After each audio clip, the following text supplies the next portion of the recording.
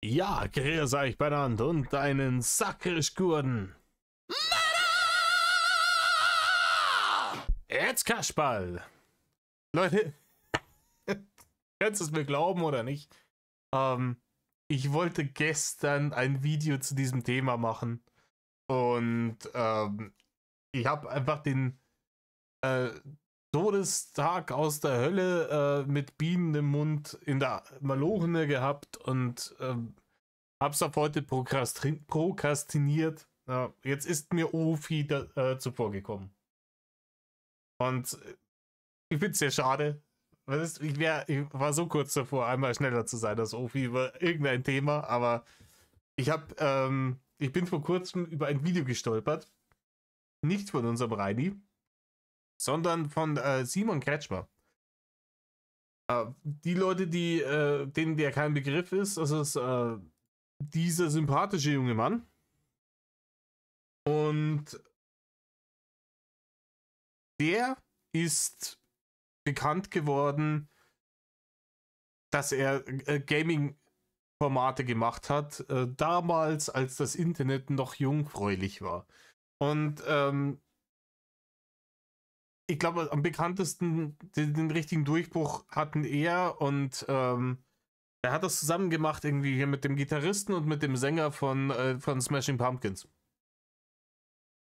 Wer den nicht versteht, ist definitiv unter 30, googelt's nach.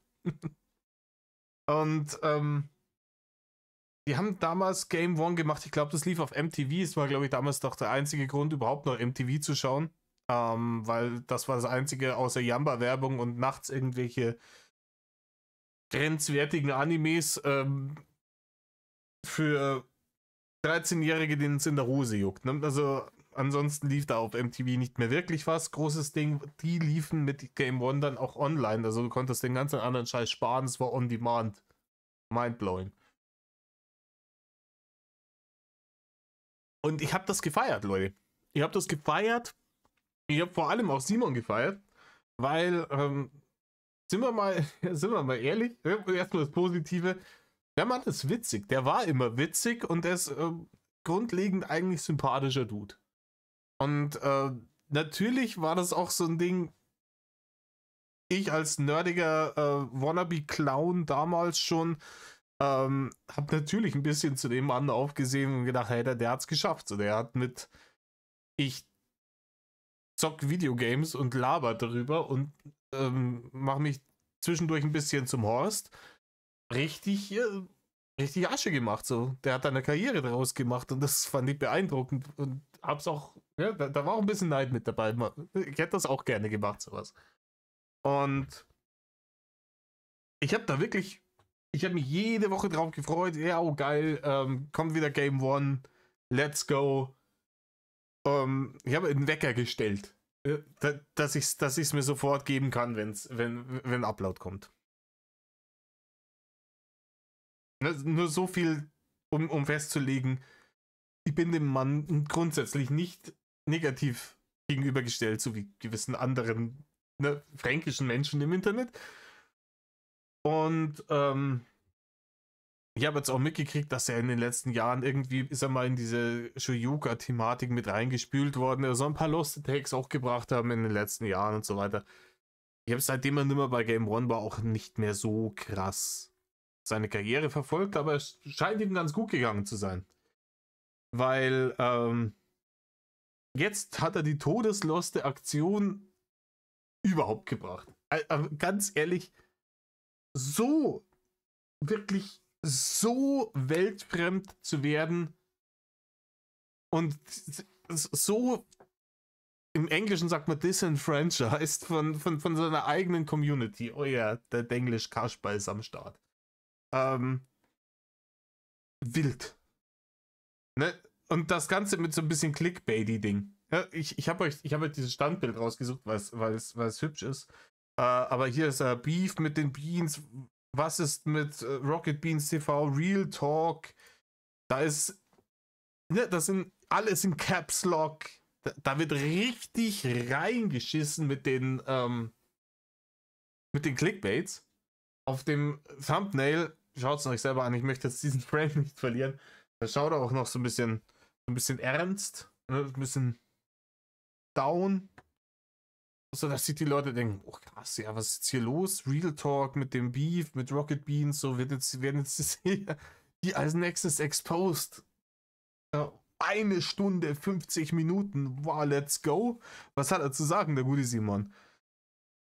Na, im Endeffekt hat der gute Simon zu sagen, dass er gerne kifft. Wobei nichts Verwerfliches ist, gell? Und ach ja, dass er Steuerschulden hat. Und dass die doch bitte seine Community zu bezahlen hat, weil die Steuerschuld, die könnte er zwar abbezahlen, weil er noch, I shit you not, 250.000 in Aktien liegen hat. Aber das will er nicht. Weil die Aktien vor einem Jahr oder bevor Trump komplett apeshit gegangen ist, irgendwie mehr wert waren. Er sagt das Doppelte, glaube ich ihm jetzt mal. Und er deswegen hier nicht mit dem Minus aus der Nummer rausgehen will. Und ihm keiner gesagt hat, dass er für das Jahr 2022, in dem er ordentlich Kohle verdient hat, er spricht 300.000 oder so, hat ihm keiner gesagt, dass er von Steuern bezahlen muss. Und jetzt geht es ihm fürchterlich. Dem armen Mann, ja, der offensichtlich der Meinung ist, dass jeder seiner Zuschauer 300.000 im Jahr verdient. Und das durchaus relaten kann er mal passieren, ne? Dass man da vergisst, die Steuern zu bezahlen. Weiß man gar nicht mehr hin, mit der Kohle. Ne? Dann geht man durchs Haus und in einem von seinen 50 Zimmern macht die Tür auf, steht wieder Kohle bis unter die Decke drin. Und man kann sich nicht erinnern, ist das jetzt die Kohle fürs Finanzamt oder ist das die Kohle fürs ne? Komm, angeschissen, da kommt schon mehr Kohle nach. Dann hat er noch ein bisschen geweint, weil er irgendjemandem Geld gegeben hat, der nicht ganz koscher war und dass er in Krypto noch ein bisschen über den Tisch gezogen wurde und so weiter und so fort. Alles sehr tragisch. Es ist alles fürchterlich tragisch. Der arme Mann ist in seinem Leben schon durch so viel gegangen. Und er verhält sich jetzt hier nicht einfach wie ein fürchterlich weltfremdes Arschloch, indem er seine Community anbettelt, ihm doch seine Steuerschulden. Das ist auf einem Level Winkler-esque, das ich von diesem Mann nicht erwartet hätte. Sagen wir es, wie es ist. Ganz ehrlich, ich war ein großer Fan von dem Mann. Über viele Jahre. Und ich habe ihm seinen Erfolg auch gegönnt. Und ach ja, er weint auch noch, er musste jetzt von Hamburg nach Berlin umziehen. Und das ist auch krass, da konnte er nichts machen und so. Und er muss ja auch noch leben. Ne? Deswegen macht er jetzt auch nicht mehr so viel. Deswegen streamt er nicht mehr so viel, macht nicht mehr so viele Videos, weil er braucht ja Zeit auch, um sein Leben zu leben. Ne? Ihr merkt Parallelen. Und dementsprechend seid jetzt ihr dafür verantwortlich. Jetzt solltet ihr Fans von Simon sein, so dann könnt ihr mal. Das ist auf dem Level dieser Spendenaktion von vor ein paar Jahren, wo die irgendeine aus diesem unsäglichen Jenner-Schmutz-Clan da irgendwie dazu verhelfen wollten, mit 19 Milliardärin zu werden und dafür Spenden gesammelt haben. Das ist auf dem Level dumm. Und ich bin richtig mad geworden, wo ich das gesehen habe. Erstens, weil er mich über den Clickbait gekriegt hat und ich hasse es, wenn ich auf Clickbait reinfalle. Ich hasse es. Da ärgere ich mich mehr über mich selber, als dass ich mich darüber ärgere, dass der da jetzt gerade Clickbait macht. Und dann wirklich die Dreistigkeit, mit der hier vorgegangen wird, wo ich mir denke, Digga, ich habe vor kurzem die Karre in der Werkstatt gehabt. Und dann hieß es ja, wenn du TÜV haben willst, dann ist Summe XY fällig. Das ist weit weg von dem, was er für Steuerschulden hat. Ganz weit nach unten. Ne? Es ist gerade so vierstellig. Und ich stehe jetzt da und muss nur denken, okay, wo kann ich Abstriche machen? Was kann ich machen? Wo kriege ich Kohle her?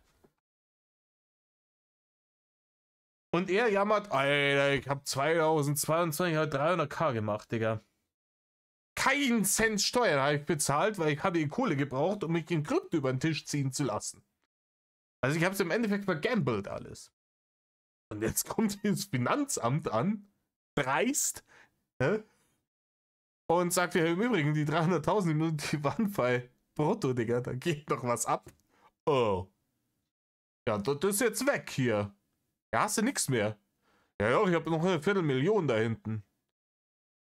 Ja, dann zahlst halt davon. Nö, ich muss warten, bis das wieder eine ganze Million wird oder so, weil sonst bin ich ja armer Schlucker danach, wenn ich da 50.000 rausziehe. Habe ich noch 200.000 in Aktien. Das ist ja nix.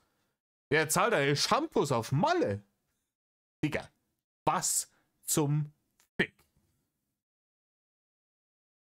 Dann wärst du besser nach Madeira gezogen von Hamburg aus und nicht nach Berlin. Das Wetter auch schöner. Ne? Und die Luft ist schon salzig. Dann glaubst du nicht mehr, dass es von deinen Tränen kommt, das Salz auf deinen Lippen. Weil es dir so schlecht geht. Alter, wirklich ist das dein Scheiß Ernst? 99% von deiner ganzen Community würden gerne mit dir tauschen. Wirklich. Ohne drüber nachzudenken. Mit Reichweite und allem drum und dran. Nochmal ein Jahr hustlen, das ordentlich versteuern, ne?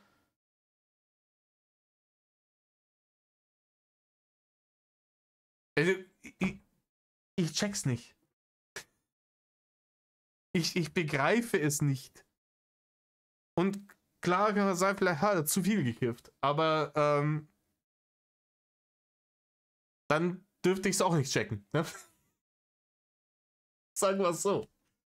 Also, gut, er redet dann zwischendurch noch über irgendwelche Depressionen, die er irgendwann mal hatte. Das kann auch jeden treffen, unabhängig vom Geldbeutel. Da möchte ich ja keinen Strick draus drehen, das ist ein ernstes Thema. Aber der Rest, Digga! Wie kann man so absolut weltfremd werden? Der Mann hätte auch damals wirklich, ne? Da gab es auch Leute, wo er mal darauf angewiesen war, dass einer einen Daumen nach oben oder nach unten gegeben hat. An einem gewissen, ne? An einer Weiche in seinem Leben. Das hätte auch Scheps gehen können. Mit seinen. Klar, der hat viel Arbeit da reingesteckt, auch Game One und alles, was er gemacht hat, damals schon. Vor 20, 25 Jahren. Und wie gesagt, da sei ihm ein gewisser Erfolg ja auch gegönnt. Aber auch damals hätte es auch passieren können, dass er sagt, hey, wir glauben nicht an das Format. So, wir stecken da kein Geld rein und wir wollen das nicht auf unserer Plattform haben. Das war ja damals viel über lineares Fernsehen und wenig über Internet. Ne? Das hat ja damals gerade erst angefangen. Da macht einer, irgendein Altbackner, macht einen Daumen nach unten, dann war's das. Ne? Dann verdient Simon Kretschmer im Jahr 2022 30.000 Euro und nicht 300.000. Wenn er einen guten Job kriegt. Und nicht von Kurzarbeit oder sonst was wegen Corona betroffen ist.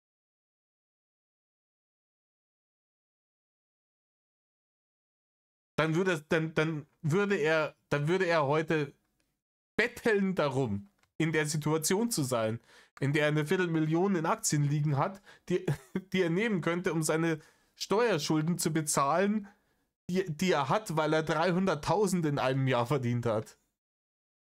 Das ist unfucking fassbar. In diesem Sinne, Leute, scheißegal, wie viel Kohle ihr habt, bitte nicht so den Bezug zur Realität verlieren. Mad Love.